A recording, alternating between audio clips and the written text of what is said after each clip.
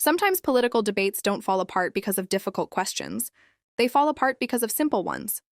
And in this clip, that's exactly what seems to happen. Harry Sisson sits down with Katie Pavlich and Jason Rantz for what starts as a normal political discussion. But once he begins asking a couple of direct follow-up questions, the conversation quickly changes. Not because the questions are complicated, but because simple questions can sometimes expose whether people are defending a position or repeating a talking point. Before we dive into the full story, comment where you're watching from, and don't forget to like and subscribe so you don't miss the next one. Now let's watch the full clip first, and afterward I'll give you my thoughts, commentary, and perspective on what stood out the most in this exchange.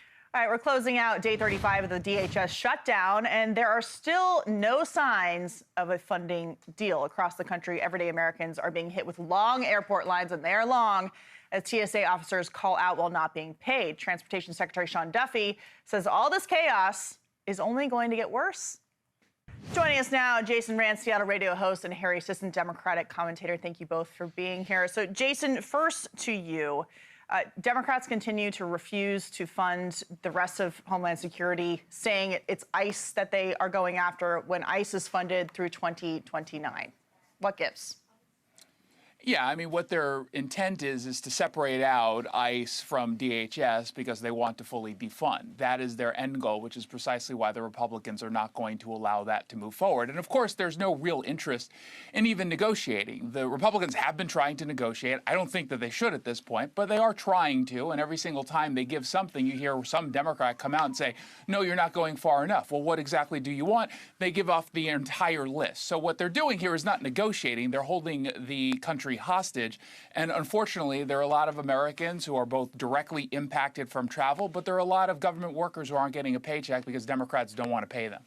Harry, the goalposts, as Jason has said, have been moved a number of times on exactly what that Democrats are demanding for ICE or Homeland Security reforms. We could go through that list. But this is going to become a political issue as well. And is this good for Democrats? I mean, you have some Democrats saying this is not going to help us given how much pain people are in. And when you have airports threatening to shut down altogether, that's also an economic position that Democrats are putting the country in. Well, I think the Democratic position here is actually the reasonable one. I mean, you're talking about TSA. Democrats have proposed 9 bills at this point to fund TSA, get these folks a paycheck. Republicans have rejected it every single time. You had Senator James Lankford, Senator Moreno earlier today objecting to a unanimous consent request by 2 different Democrats to fund exclusively TSA, FEMA, and other government agencies while they negotiate on ICE and immigration. And you're saying there's this long list of demands that Democrats just won't bend. It's been pretty consistent. We want body cameras on, masks off, warrants signed by judge for if you're going to enter a home, which are all very basic requests. And Republicans do not want to budge on these things. That's not true.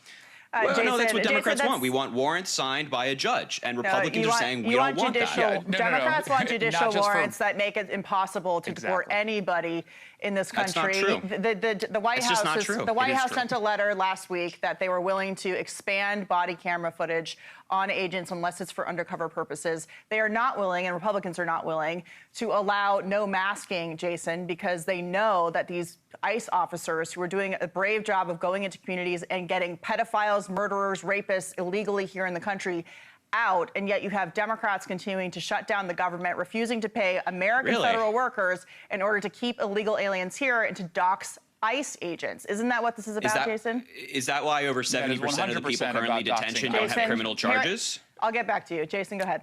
You got it. Yeah, so number one, that talking point is just not true. But number two, yes, this is intended to dox ICE agents. That's precisely what the left, the radical left, has been doing for a very long time against officers. Now, unfortunately, your average officer at a local agency doesn't have very many protections against this. And I'm glad that we do have at the federal level some willingness from leadership to say, yeah, we're not going to put our people in harm's way and then have them have to worry about their family members being doxxed by radicals who are upset that they are going after criminal illegal immigrants.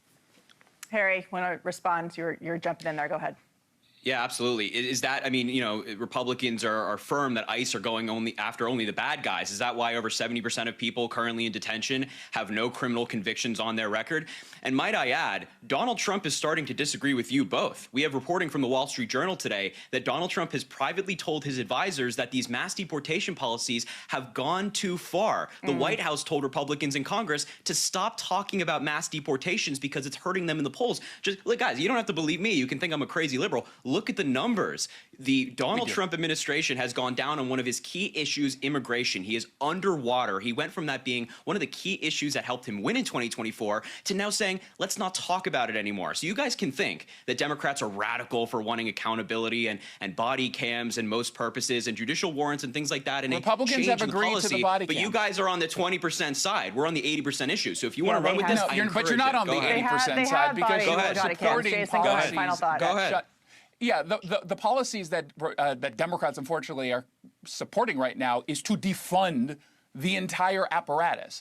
They want open borders. We experienced that for 4 years. It's not true. 3 years under Joe Biden until he realized that it was hurting him politically and he decided to do what he could have done the entire time, letting people into this country illegally to commit crimes. That's not and true. take You the don't have to lives lie of about American this. citizens. It's 100% true. No, Yeah, wait, Lincoln you don't have Riley to killed lie herself, about this. right? She Harry, wasn't you killed don't by have to- an illegal immigrant. Let him You don't talk have and to then lie you can about this. respond. Harry, I mean, let's not talk over each other. People can't hear you when you do that. So let Please Jason go finish ahead. his point, and then we'll move on. Please go ahead. Well, I'm curious what the lie is. We didn't have open borders and people didn't come into this country illegally and commit crimes and murder American citizens. That's made up. Tell me what Joe Biden did to open the border. We could show He didn't the do photos. anything to close the border. Please. Wow. Wait. Okay. Wait. Just a quick answer. What did Joe Biden do to open the border? Name The the policy. border was The completely literal open. opposite. Here's the answer.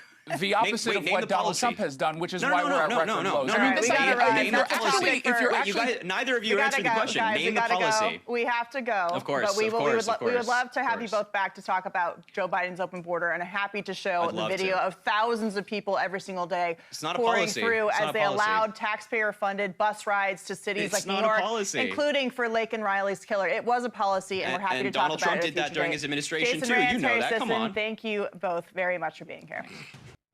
And there you have it. What stood out to me most wasn't who talked the loudest or who had the strongest opening statement.